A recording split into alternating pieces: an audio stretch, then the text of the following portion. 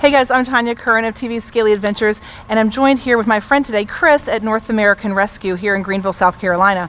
And we're on location, we've been filming, and we're in their warehouse. We've had a great day of filming, and it's been very educational for us as a family, and particularly for me as a mom, because we love filming with first responders and people in the field. And so Chris has been very knowledgeable in teaching us about some of the products that they have, the life-saving products that they have, and we're really proud to show that in an upcoming Season 6 Scaly Adventures TV episode.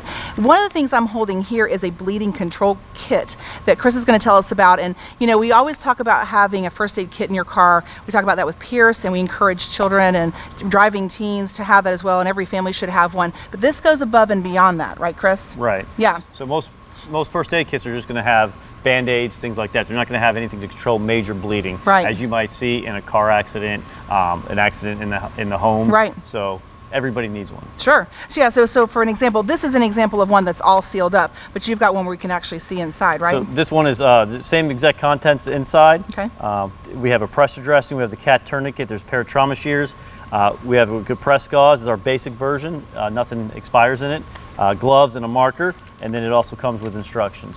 So exactly. to use the tourniquet, the pressure dressing.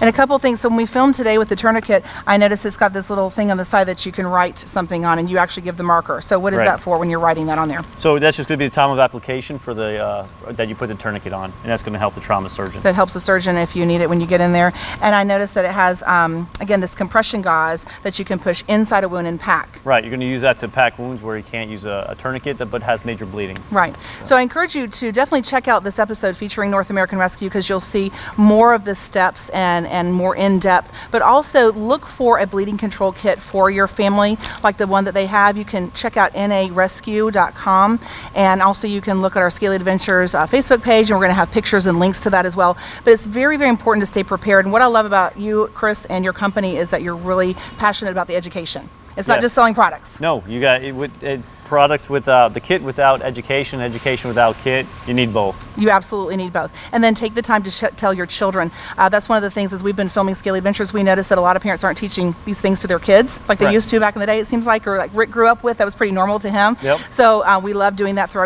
our shows. So definitely as a family, talk about these things and show your children and your teenagers how to use them so they'll be prepared in the field to help themselves or help others.